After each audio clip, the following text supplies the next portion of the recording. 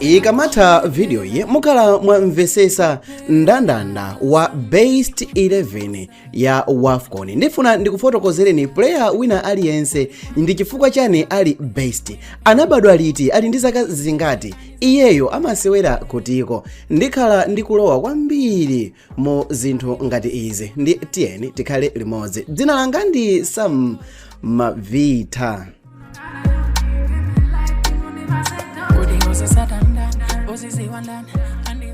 Masewera a Women's Africa Cup of Nations kapena kuti WAFCON 2026 afika kumapeto, koma dzina la osewera amene anawala kwambiri pa mpikisanowu likupitirira kukambidwa.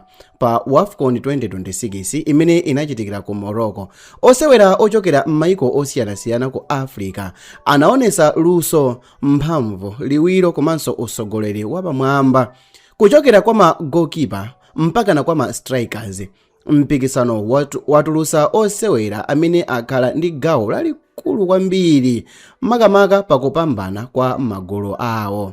Sopano gulu la Best 11 la WAFCON 2026 latulusidwa, ndipo pakati pa mayina amene ali mgululi pali osewera atatu ochokera ku Cameroon, awiri ochokera ku Morocco, awiri ochokera ku Algeria, komanso awiri ochokera ku Malawi, komanso osewera ochokera ku Zambia. Chosangalatsa chachikulu kwambiri kwa ife Amalawi ndi kupezeka kwa alongo awa, Tabita komanso Temwa, amene ndi ana a achawinga amene athandiza kwambiri kuti awa ndi amene athandiziranso kwambiri ku timu ya Malawi pa nthawi yoyamba kutenga nawo mbali pa WAFCON, ndipo iwowa athandizira kuti ifike kuma finals. Kodi osewera 11 awa ndi ndani?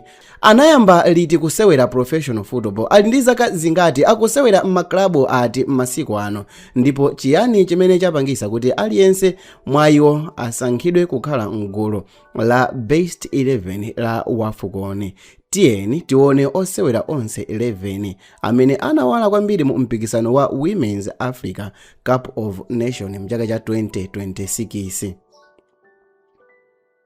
Monga tonse tikuonera pa table imene ili pa screen yo, mmene mukuonera chithunzi chimene chili pa screen yo, uwo ndi ndandanda umene a CAF atulusa. Potengera ndi ndandanda umenewo, iyi ndi Best 11 ndipo dongosolo lake ndi 4-3-3. Pa 4-3-3 tiyambe kuifotokoza motere. Pa golo amene ndi goalkeeper pali Michelle Bihina, ameneyi dzina lake lonse ndi Mikaele Keira Bihina. Iyeyo ali ndi zaka zokwana 22, kwawo ndi ku Cameroon ndipo amasewera SL Benfica kumeneko ku Portugal. Iyeyo anayambira mpira wake ku dziko limeneli la Accra Daysar kumeneko ndi Cameroon. Kenaka anapita ku Portugal ndipo mu 2026 adasamukira ku Benfica. Iyeyu ndi Golden Glove winner wa WAFCON 2026 mu quarter final mosusana ndi Nigeria. Anaseva mpira kokwanaka 9. Mu semifinal mosusana ndi Morocco anapulumusa ma penalty ndipo anathandizira Cameroon kupita ku mafaino. Mu final sanazi pakepake pamene anathandizira kuti Malawi igonjetsedwe 3-0. Iyeyo amutenga chifukwa cha mphamvu zake.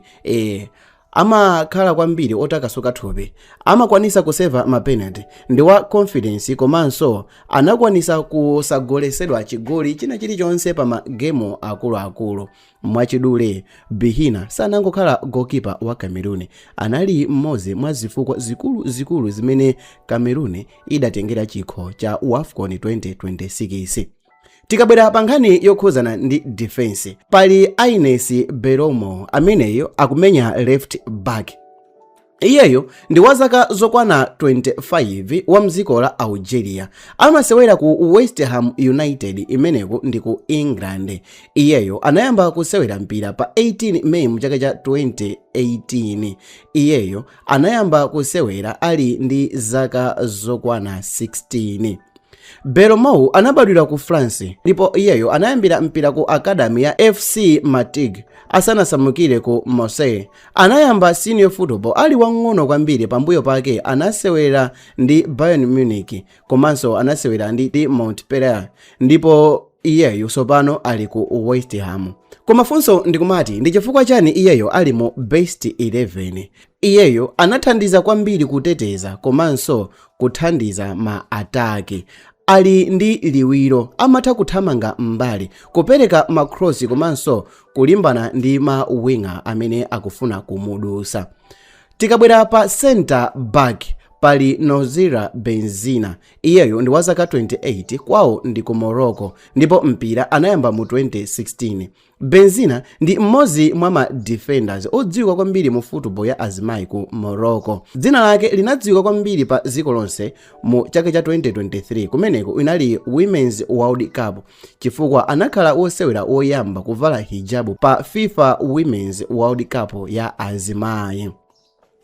Zifukwa zimene iyeyo amusankhira ndi zakuti amadziwa kuwerenga ma ataki, ali ndi strong tackles, ankhani zokhuza ndi kulanda mpira iye ndo amphamvu kwambiri, ali ndi experience komanso amatha kukhala leader wa defense, amaziwa kusewera pa pressure kuti apapa ndiye tili pa mpeni tikuyeneka kuti sewere mpira, iyeyo amachita zimenezi.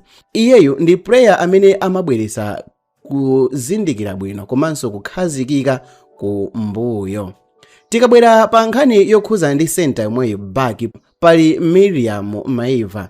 Iyeyo ndi wa zaka zokwana 19, kwawo ndi ku Cameroon ndipo klabu imene amasewera ndi Amazon FAP kumeneko ku Cameroon komweko. Iyeyo first professional yake inachitika mu ligi ya 2024-2025 mu ziko la kwawo lomweli. Uyu ndi mmodzi mwa ma player amene ndi youngest player mu best 11 iye. Miriam amusankha chifukwa chokuti anachita chinthu chodabwisa kwambiri mu zaka zokwana 19 zimene iyeyo ali nayo. Anagwira ntchito ya defending, adagolesa chigoli chofunikira kwambiri chimene chidathandiza Cameroon kupita ku semifinal. Chigoli chake chinachokera pa free kick imene sizachilendo kwa amene amasewera center back. Komanso anali captain wa Cameroon under 20 kusonyeza kuti ali ndi luso la usogoleri.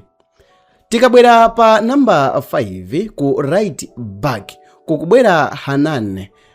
Hanan ndi wa dziko lochokera ku Morocco. Iyeyo ndi wa zaka zokwana 31. Amasewera mu ASFAR kumeneko ku Morocco. Ndipo iyeyo mpira anayamba mu chaka cha 2014 kumeneko ku dziko la kwawo.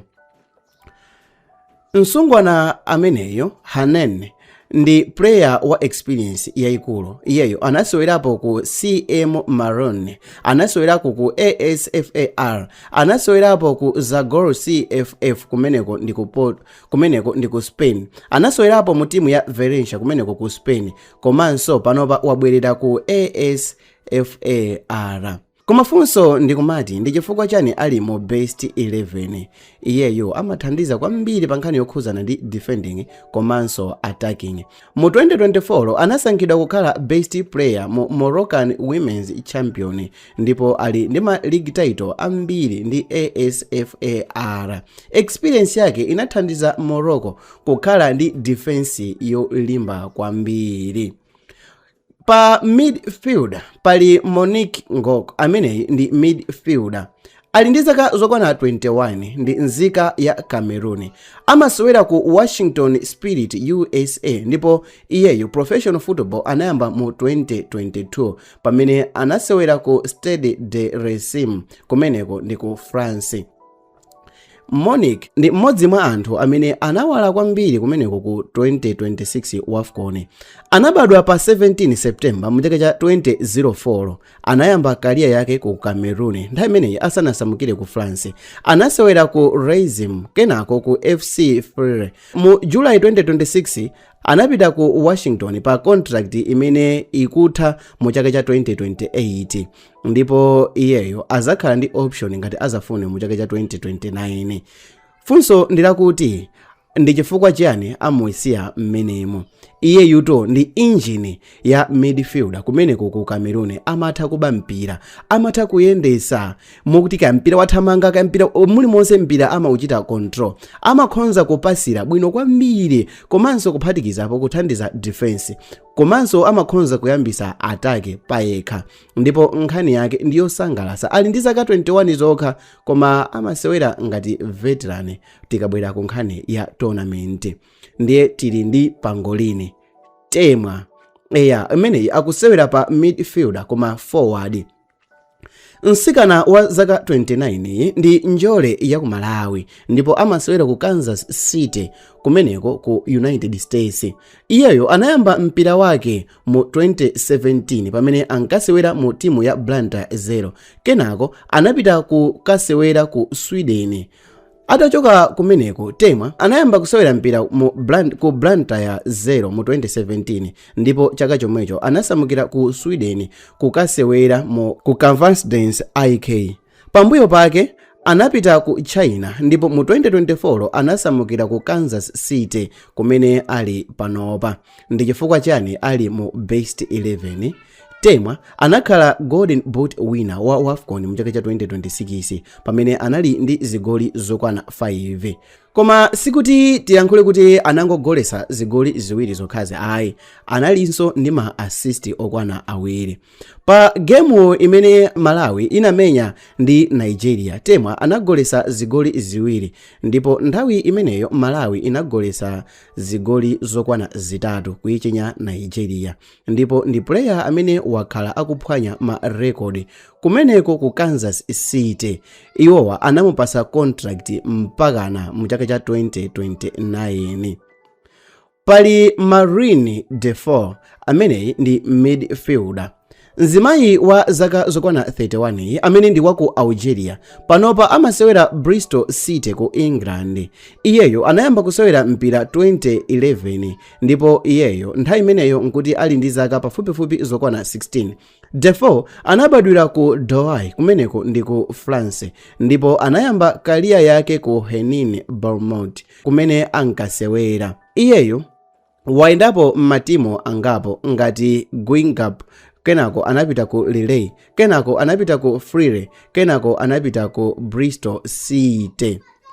Poyamba ankasewera ku France koma pambuyo pake anasankhidwa kukasewera ku Algeria ndipo anayamba ndi Algeria mu chaka cha 2023. Funso ndikumati ndi chifukwa chani ali mu best 11. Uyutu ndi wa experience. Iyeyo amatha kusewera left back, left midfielder komanso defensive midfield. Pa WAFCON anathandizira Algeria kukhala nawo pa mpikisano waukulu kwambiri. Iyeyo anapangisa kukhala osewera wamkulu ndipo iyeyo anapangisa Algeria kufikira bronze medal zimene zinali best WAFCON finish yawo chiyambire. Kunkhani yokhuzana ndi ma attack pali Tabitha Chawinga Pangolini.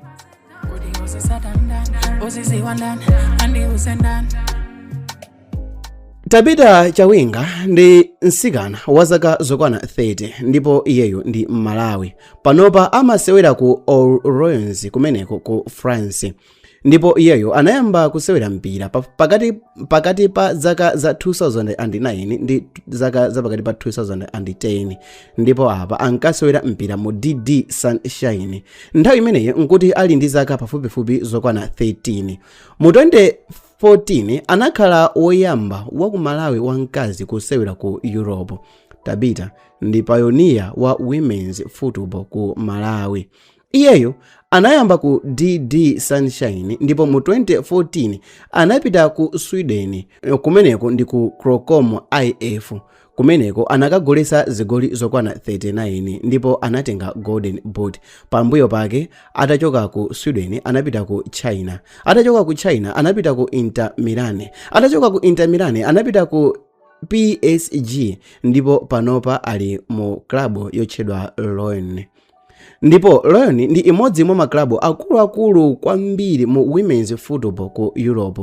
Tabitha anasaina contract ya zaka zitatu ndi Lyon mu chaka cha 2024. Ndi chifukwa chani ali mu best 11. Tabitha ali mu best 11 pa zifukwa za obvious. 1 ali ndi speed, 2 amatha kumwisa njomba, kenaka amakwanisa bwinobwino ma finishing, ali ndi nzeru kwambiri mu football, ali ndi experience komanso ali ndi usogoleri. Ndipo pa WAFCON 2026 anathandiza Malawi kufika ku ma final tournament yawo yoyamba. Tabitha ndi mmodzi mwa osewera amene anasintha mbiri ya women's football ku Malawi ngati mmene talankhulira. Pa number 10 pali Mary Nga. Iyeyu ndi waku Cameroon, ndi kansikana ndithu ka zaka zokwana 23. Amasewera ku klabu ya Galatasaray kumeneko ku Teike. Kuyamba kwake kwa senior football anayambira kumeneko ku Amazon FAP, kenako anapita ku Oxtep mu chaka cha 2021. Mariga Manga ameneyo anayamba ku Amazon ndipo mu 2021 anapita ku Axton kumeneko ku Oxtep. Ndipo kumeneko anachita chinthu chopereka chidwi kwambiri.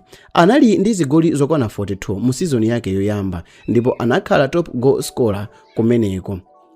Kenako anazapita ku Leki, kenako anazapita ku Hakarigucho, kenako ndi kumene anazapita ku Galatasaray. Ku Hakarigucho anagolesa zigoli zokwana 20 mu magemu okwana 22 ndipo analandira Cameroon Ballon d'Or mu 2023.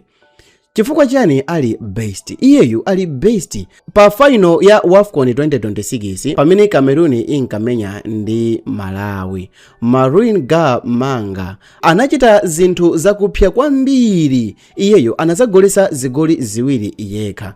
Pa zigoli ziwiri zimenezi ndizokuti zinali chimodzi chinachokera kwa nzake kuti ikwane 3-0 zimene Malawi inagonjera. Izi zinamupangisa kwambiri kukhala ndi ulamuliro wonse pokhalanso player of the final. Iyeyu ndi player amene amaoneka ngati ali chete. Ground saoneka kwenikweni koma akapeza space mu box amakhala oopsa kwambiri, just like mene alili Erling Haaland komanso ngati mene amakhalira Messi. Pa number 11 forward kumeneko kuli Barbara Banda.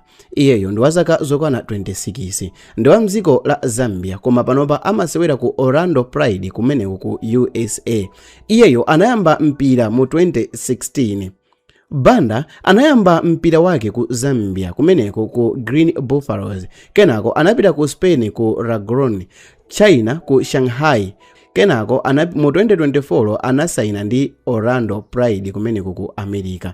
Ku Orlando Pride anapambana kukhala 2024 NWSL Championship. Mu 2024 yomweyi anapambana kukhala NWSL Championship MVP. Komanso mu 2024 yomweyo anakhala NWSL Best 11 ya kumeneko ku America.